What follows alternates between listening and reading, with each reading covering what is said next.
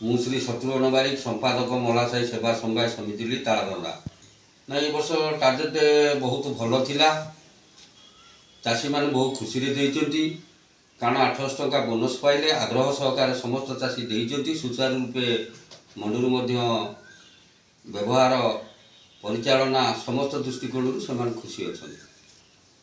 Miller ମାନେ ଯାହା ହଉ ସାରଳା ମିଲ୍ ଆମର ଜିଲ୍ଲାର ଯେଉଁ ସାରଳା ମିଲ୍ ଥିଲା ବହୁ ସହଯୋଗ ମଧ୍ୟ ମୋତେ କରିଛନ୍ତି। କରିଥିବାରୁ ମୁଁ ମଧ୍ୟ ଶୀଘ୍ର ମଣ୍ଡିର କାର୍ଯ୍ୟ ସମାପ୍ତ କରିଛି। ଆର୍କେ ମିଲର ଆମର ସମ୍ବଲପୁର ପଡ଼ିଥିଲା, ସିଏ ମଧ୍ୟ ତୁରନ୍ତ ଗାଡ଼ି ଯୋଗାଇ ଦେଇଥିଲେ ଏବଂ ତାଙ୍କ ତରଫରୁ କୌଣସି ତ୍ରୁଟି ନଥିଲା। ଧାନ ସୁଚାରୁ ରୂପେ ଉଠିଥିଲା। ତରଫରୁ ସିଓସ୍ ମ୍ୟାଡ଼ାମ୍ ବହୁତ ବାର ଆସିଛନ୍ତି, ମଣ୍ଡି ପରିଦର୍ଶନ କରିଛନ୍ତି। ମଣ୍ଡିର ଯେଉଁ ବ୍ୟବସ୍ଥା ବିଷୟରେ ମଧ୍ୟ ଅନୁଧ୍ୟାନ ବାରମ୍ବାର କରିଛନ୍ତି ଏବଂ ଜିଲ୍ଲାରେ ଏ ବର୍ଷ ବହୁ ସୁଚାରୁ ରୂପେ ଧାନ ଧରିଥିବାରୁ ସିଓସ୍ ମ୍ୟାଡ଼ାମ୍ଙ୍କୁ ମଧ୍ୟ ଧନ୍ୟବାଦ ଏବଂ ମୋ ସମିତି ତରଫରୁ କୃତଜ୍ଞତା ଜଣାଉଛି।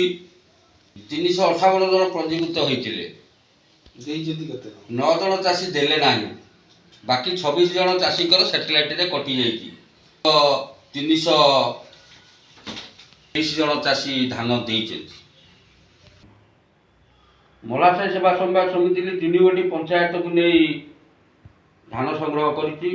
ଜିଲାନାସୀ ପୂର୍ଣ୍ଣ ପଞ୍ଚାୟତ ଏବଂ ମଲାସାହି ବାଗୋଇର ପାଟ ଚରଦିଆ ଗ୍ରାମକୁ ନେଇ ମଣ୍ଡି ପାଟ ଡିସେମ୍ବର ରାଉତ ବାଗୋଇ ଗାଁ ଗ୍ରାମ ବାଗୋଇ। ହଁ ଆଜ୍ଞା ଠିକ୍ରେ ଦେଇଛୁ। 19 କୁଇଣ୍ଟାଲ 19 କେଜି। ବେଶୀ କିଛି ମାଇନସ୍ ହେଇନି, ଭଲ ଧାନ ଦେଇଛୁ। ଭଲ